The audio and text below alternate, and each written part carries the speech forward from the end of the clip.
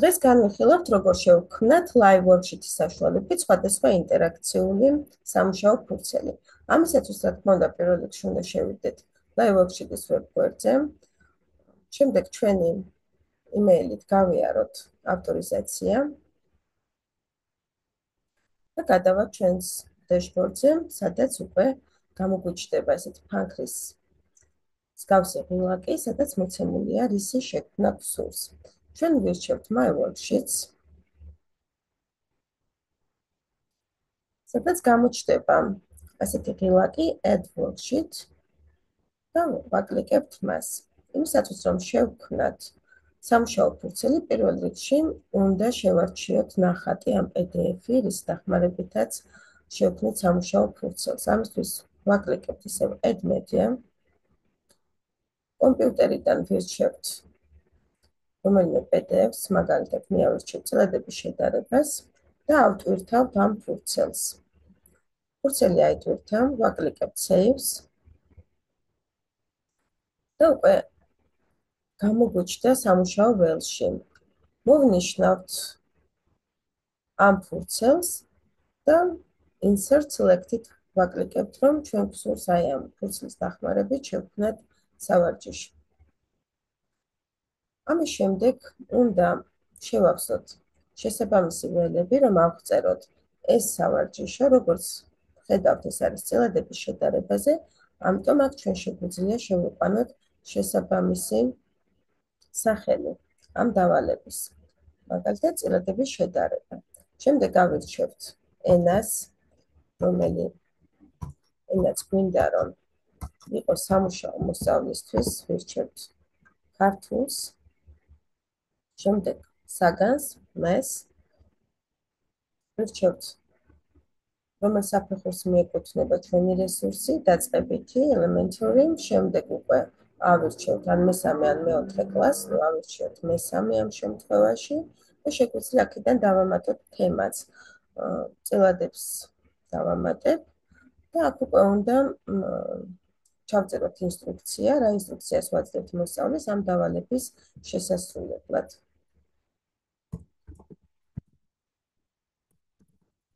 არის წელადები.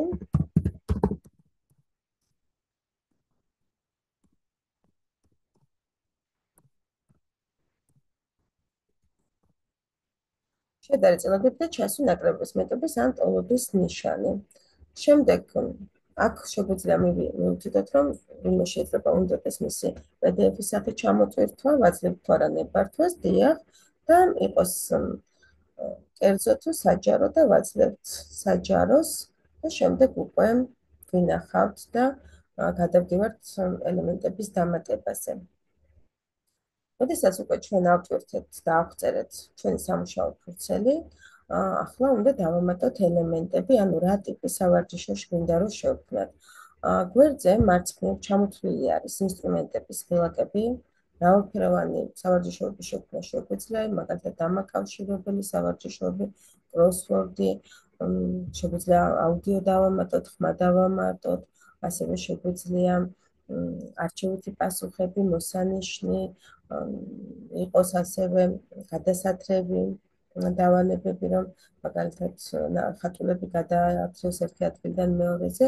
ჩვენ რადგანაც გვაქვს ამ შემთხვევაში ასეთი დავალება, რომ მოსწავლემ აქვს უნდა ჩასვას მეტობის ნაკლების ან ტოლობის ნიშანი, ამისთვის ალბათ უფრო მიზანშეწონილი იქნება ჩავსვათ ღილაკი, სადაც მოსწავლემ ჩაბეჭდავს მეტობის ნაკლებობის ან ტოლობის ნიშანს, ან მეორენაირი დავალება ავირჩიოთ, არჩევითი პასუხი, ჩვენ თვითონ ჩავწეროთ არჩევით პასუხებად მეტობა, ნაკლებობა და ტოლობა, ჩამოსაშლელსია და მოსწავლემ აირჩიოს აქედან ერთ-ერთი.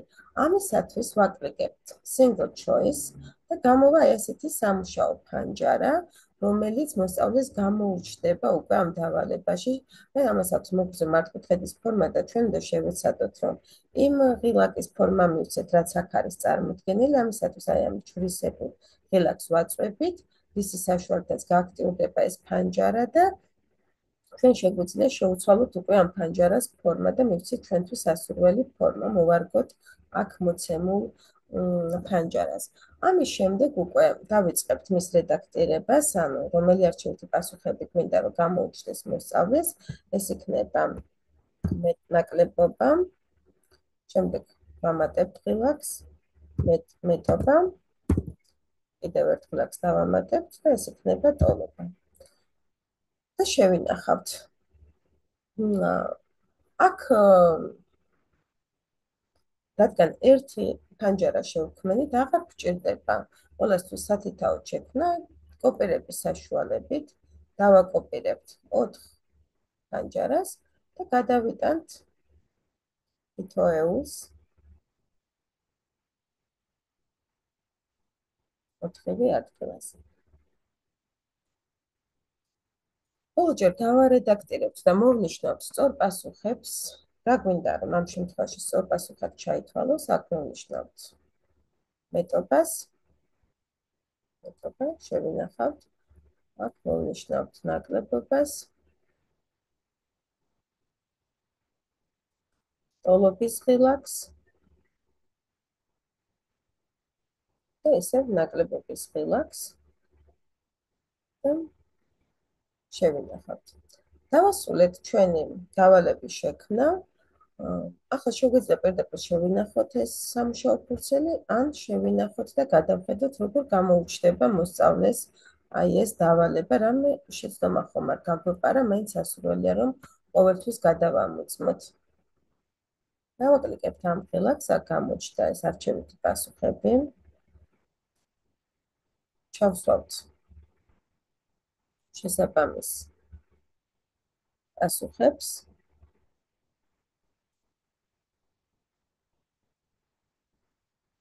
და შემდეგ დავაკლიკებთ finish და შეგვიძლია შევამოწმოთ პასუხები. სწორად შევასრულეთ თუ არა დავალება, ან მოსწავლის როგორ გამოუჩნდება დავალების სწორად შესრულების შემთხვევაში. და ნუ 10-დან 10 ქულა გამოუჩნდება მოსწავლეს, მაგრამ ჩვენ შეგვიძლია ახლა გავაგრძელოთ დაედიტება, მაგალითად შეიძლება ჩავთვალოთ რომ მაგალითად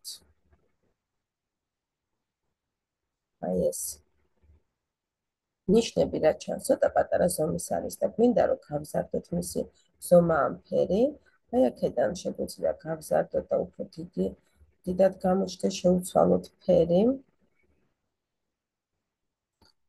შეგვიძლია თავიდან გავუკეთებინა და მაგრამ ყველგან ისე დაგვეკოპირებინა, ან შეგვიძლია სხვადასხვა ფერის მივანიჭოთ სხვადასხვა დავალებას.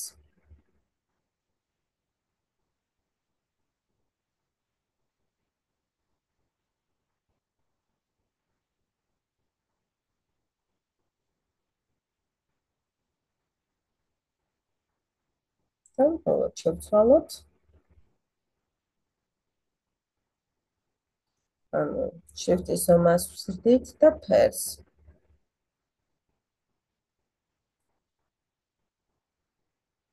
შეგვიძლია შევცვალოთ ასევე ჩარჩოს ფერი, შევცვალოთ უკანა ფონის ფერი, όπως მაგალითად ცის ფერი. ნახოთ როგორ გამოგვიჩნდება ამ შემთხვევაში, ასე გამოჩნდა. აქ შეგვიძლია ნარინჯის ფერი. გავუკეთოთ. შევსაბამოთ ასე ვთქვათ.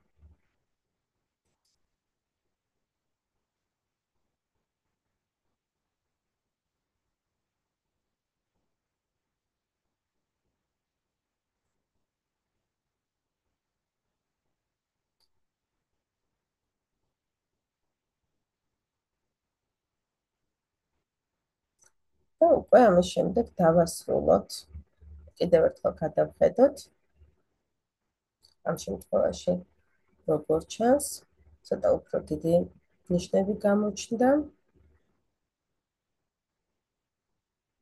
მაგალითად, თუ შეცდომას დავუშვებთ, მაშინ როგორ გამოუჩნდება მოსწავლეს, ისიც ვნახოთ.